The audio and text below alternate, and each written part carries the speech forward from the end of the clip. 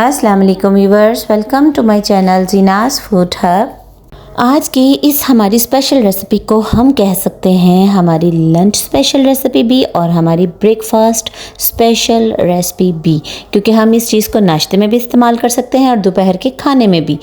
नाश्ता special recipes जो है उसमें थोड़ी सी मेहनत होती है, थोड़ा सा टाइम ज़्यादा लगता है, तो हमें आम नाश्ते की निस्बत समझे 1 घंटा पहले इसकी प्रिपरेशन स्टार्ट करना होती है। और इसी तरह से लंच में भी, और ये आजकल के मौसम की सौगात भी है, मतलब कीमे वाले पराठे, आलू वाली रोटियां, ये हमारी इस मौसम की सौगात भी हैं। तो चलिए let's get started with our कीमे वाले पराठे। सबसे पहले मैंने 1 किलो बीफ का कीमा लिया है और इसमें 1 टमाटर डाला है।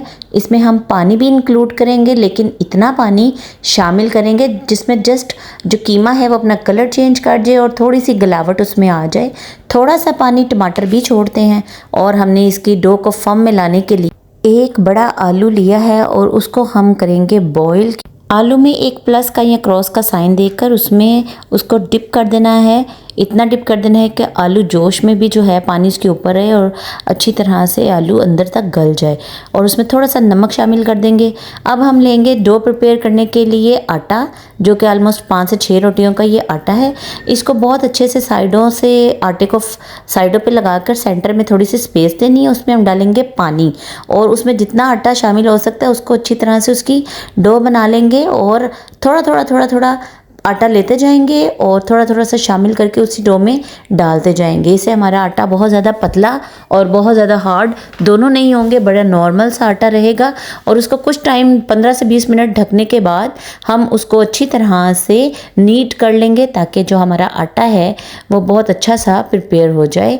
देन इसको हाथों को आपने अच्छी तरह से पानी लगाना है बाहर वाली साइडों पर गीला करके। कुछ लोग ऑयल का यूज़ भी कर लेते हैं और कुछ लोग हाथों को अच्छी तरह से पानी से भी कर लेते हैं। इस तरह से आटा हाथों से चिपकता नहीं है। तो हम अपनी डो को इतना प्रिपेयर करेंगे कि वो बहुत नॉर्मल स्मूथ सी डो जो है वो हो। और हम इसको थोड़ी टाइम के लिए, अगर हमारे पास टाइम थोड़ा है तो हम इसको फ्रीज़र में रख देंगे, और अगर हमारे पास थोड़ा सा बहुत टाइम है तो हम इसको फ्रिज में रख देंगे। अब मैंने जब ढक्कन उठाया ऑलमोस्ट 30 मिनट्स के बाद, तो हमारा कीमा पानी खुश्क हो चुका है, कीमा ऑलमोस्ट गल चुका है। और जो टमाटर है उसके छिलके हम निकाल देंगे और टमाटर की जो प्यूरी है वो इसमें रह जाएगी और बहुत अच्छे से जो है वो तैयार हो चुका है। हम अपना कीमा अब ठंडा करेंगे क्योंकि पानी ड्राई हो चुका है। टमाटर भी आप देख लें ना होने के बराबर ऑलमोस्ट नज़र आ रहे हैं यहाँ पर।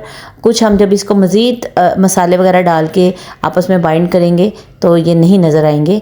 अब यहाँ पर हमने इसको या तो पंखे के नीचे रख के थोड़ा सा ड्राई कर लेना है, या इस तरह से थोड़ा थोड़ा सा चम्मच हिलाकर और इसको ड्राई करना है। क्योंकि कीमा मसाले नहीं डालते जब तक गर्म हो, जब ठंडा होता है तो उसमें मसाले बड़े अच्छे मैरिनेट हो जाते हैं। मसालों में हम लेंगे 1 चम्मच नमक, 1 चम्मच लाल मिर्च, 1 चम्मच ज़ीरा पाउडर, आधा चम्मच काली मिर्च, 4 से 5 चम्मच धनिया पाउडर और 1 चम्मच गरम मसाले का। और हम इसमें शामिल करेंगे साबुत सूखा धनिया भी, और उसकी भी जो क्वांटिटी है वो हम रखेंगे 4 से 5 चम्मच। उसको चुन के अच्छी तरह से साफ़ करके 4 से 5 चम्मच जो है वो हम शामिल करेंगे। और इंग्रेडिएंट्स में हम डालेंगे धनिया, हरी मिर्चें, और इसको अच्छी तरह से कर लेंगे मिक्स। हरी मिर्चें हैं तकरीबन 10 से 12 और धनिया है आधी गट्ठी। इसमें अच्छा लगता है, ग्रीन ग्रीन सा जब नज़र आता है रोटियों में तो वो बड़ा प्यारा लगता है और बड़ी प्यारी लुक देता है। तो इसकी बाइंडिंग के लिए हमने एक यूज़ किया था मीडियम या बड़े साइज़ का आलू, और उसको हम अच्छे तरीके से मैश कर लेंगे, इतने अच्छे तरीके से कि वो कीमे के साथ अच्छी तरह से बिल्कुल बाइंड हो जाए, मिक्स हो जाए। बहुत अच्छी तरह से इसको मैशर के साथ मैश कर लेना है, पीस लेना है, इसके पीसेस ना रह जाएं, इतना ज़्यादा इसको जो है वो कर लेना है। तो मिक्स करने के बाद आप देख सकते हैं कि कितनी खूबसूरत लुक आ रही है और डो कितनी फर्मली प्रिपेयर हुई है।